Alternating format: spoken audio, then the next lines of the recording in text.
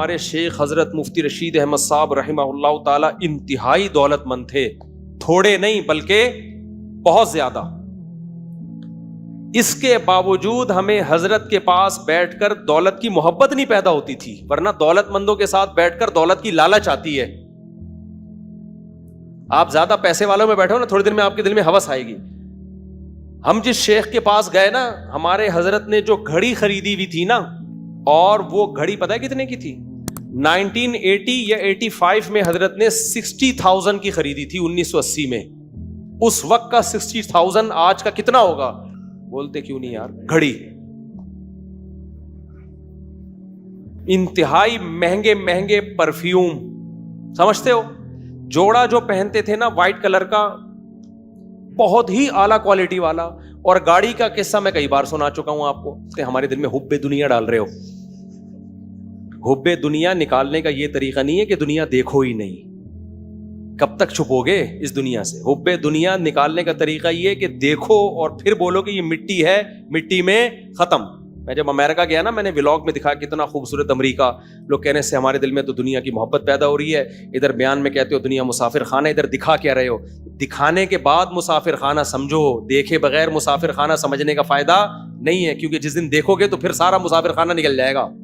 دیکھ کے مانو کہ مسافر خانہ ہے، سمجھتے ہو کہ نہیں سمجھتے ہو؟ کیونکہ اگر دیکھے بغیر مان لیا نا مسافر خانہ، جھونپڑے میں رہ کے، وہ تو ہر آدمی مانتا ہے مسافر خانہ ہے، جس نے کبھی بلڈنگیں دیکھی نہ ہو۔ جو دبئی کے بلڈنگوں میں دیکھ کر آ کے کہہ رہا ہو مسافر خانہ، تو یہ پکا مسافر خانہ سمجھے گا اس کو۔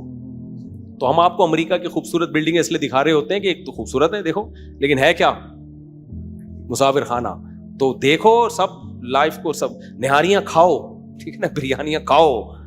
تو ایسا نہیں ہے مسافر خانے کا تصور کہ آپ جنگل میں جا کے بیٹھ جاؤ اور قبرستان میں منجی ڈال کے لیٹ جاؤ کہ میں نے جانا یہی ہے تو پہلے ہی میں پہنچ جاؤں یہاں پہ۔ تو ہمارے حضرت کے پاس اتنی دولت، تو وہ گاڑی کس سے خریدی؟ کویت کے شہزادے سے۔ اتنی لمبی چوڑی گاڑی تھی یار، جب روڈ پہ چلتا تو ایسا لگتا کہ یہی ہے، باقی سارے رکشے ہیں اس کے سامنے۔ تو ایسی لگژری لائف اسٹائل تھا۔ 8-9 سال ہم حضرت کے پاس رہے ہیں، ایسے مہنگے پرفیوم، کیونکہ شاہانہ طرز زندگی تھی نا۔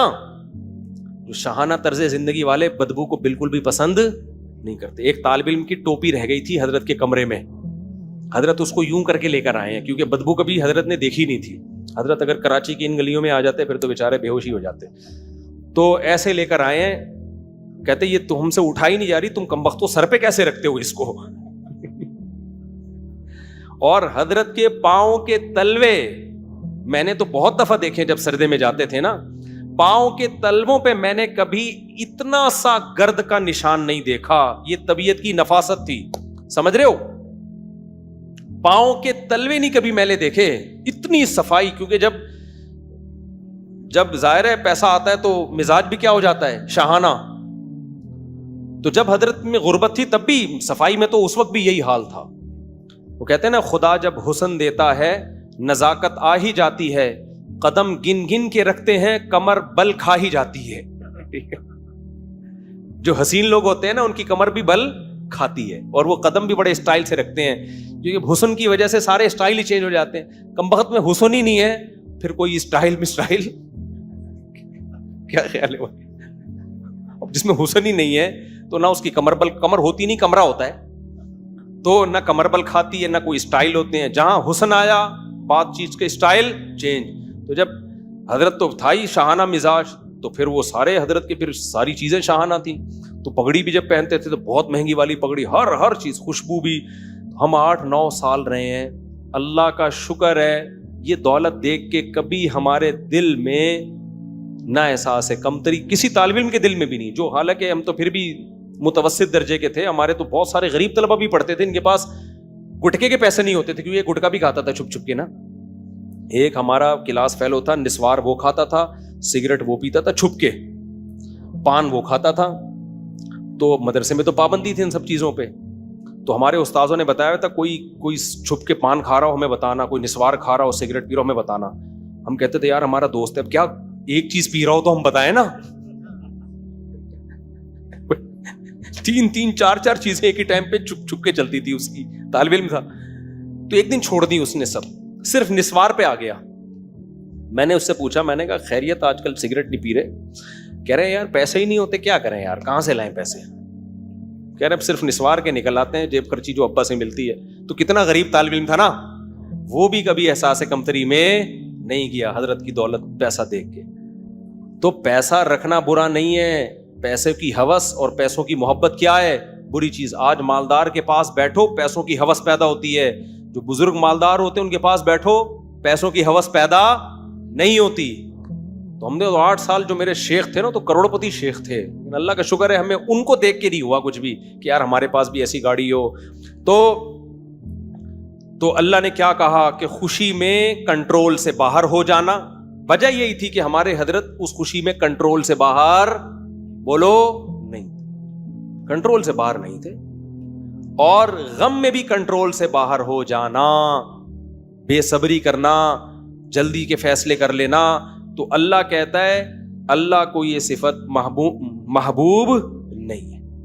ان الانسان خلق ہلوعا اذا مسہ الشر جزوعا. انسان جلباز ہے, غم پہنچتا ہے تو ایک دم ہلڑ بازی شروع کر دیتا ہے. وہی ہے نا, ابا کو غم پہنچا میری اولاد نے برا کیا, ہلڑ بازی میں وہ غم جا کے پبلک کو بتانا شروع کر, اس سے معاملہ ٹھیک تھوڑی ہوتے ہیں. تو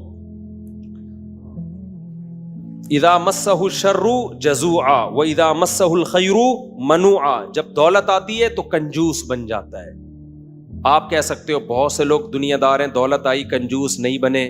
نہیں بھائی, وہ ہیں کنجوس, آپ کو سخی لگ رہے ہوتے ہیں کہ انہوں نے آپ کو چائے پلائی ہوتی ہے, یا انہوں نے کیمرے کے سامنے 2-4 غریبوں کو کھانا کھلا دیا ہوتا ہے. یہ سیکولر اور ملحد لوگ نا, کیونکہ ان کے پاس اور تو کوئی نیکی ہوتی نہیں ہے, یہ اکثر شراب بھی پیتے ہیں, اکثر زنا بھی کرتے ہیں, گرل فرینڈز بھی رکھی ہوئی ہوتی ہیں انہوں نے, ابا اماں کے زیادہ حقوق بھی یہ ادا نہیں کرتے. تو انسان کے اندر نا اللہ نے اچھائی کا ایک جذبہ رکھا ہے, تو اس جذبے کو تسکین پہنچانے کے لیے کبھی کبھار 2-4 لنگڑے لولوں کا ولاگ بنا دیا, ایک نابینا کو سڑک پار کرا دی, کبھی کسی غریب کو تھوڑا سا کچھ